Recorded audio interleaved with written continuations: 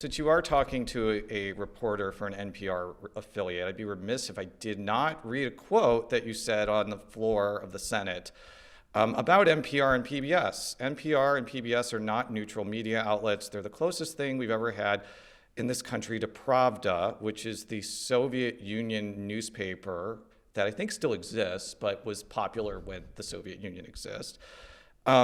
And then they are arms of left-wing activist class, taxpayer-funded propaganda masquerading as journalism.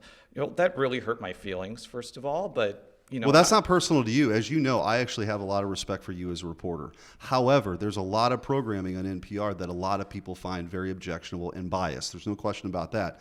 And the truth of the matter is the $1 billion that was in the rescissions is 1% of NPR's budget.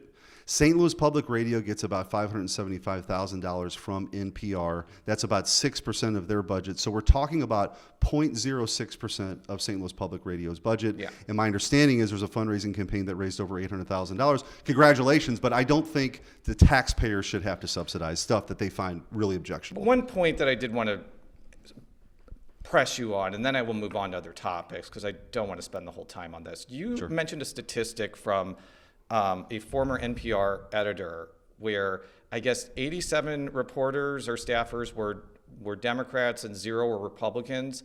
I didn't find that statistic to be particularly meaningful because if they all live in Washington, D.C. or Maryland, which are closed primary states, of course they're going to vote in Democratic primaries. Like, I vote in Democratic primaries in St. Louis County because I live in a 90% Democratic area.